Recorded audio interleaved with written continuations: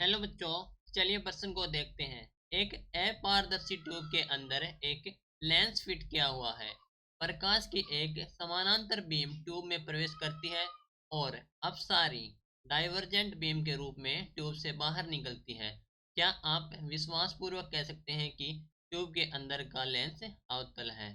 तो इस क्वेश्चन में कहा गया है कि एक हमारे पास अपारदर्शी ट्यूब के अंदर एक लेंस फिट किया है और जो प्रकाश की एक समानांतर बीम ट्यूब में प्रवेश करती है और अपसारी बीम के रूप में ट्यूब से बाहर निकलती है।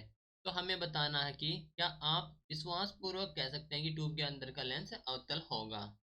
तो इस प्रश्न के लिए हमारी मुख्य अवधारणा है, मुख्य अवधारणा वो है अपसारी एवं अभिसारी लेंस। अपसारी एवं अभिसारी लेंस। ठीक है।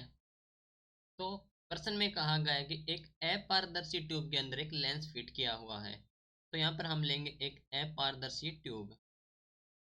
मान लीजिए है एक अपारदर्शी ट्यूब।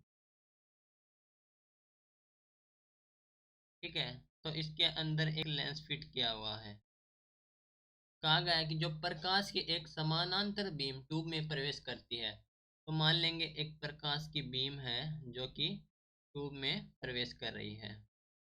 ये हमारे पास एक समांतर बीम और अपसारी बीम के रूप में ट्यूब से बाहर निकलती है। ठीक है। अपसारी यहाँ पर क्या है? अपसारी होता है हमारे पास अवतल। तो अपसारी लेंस होता है अवतल। तो यहाँ पर कहा गया है कि अपसारी बीम के रूप में ट्यूब से बाहर निकलती है, यानी कि ये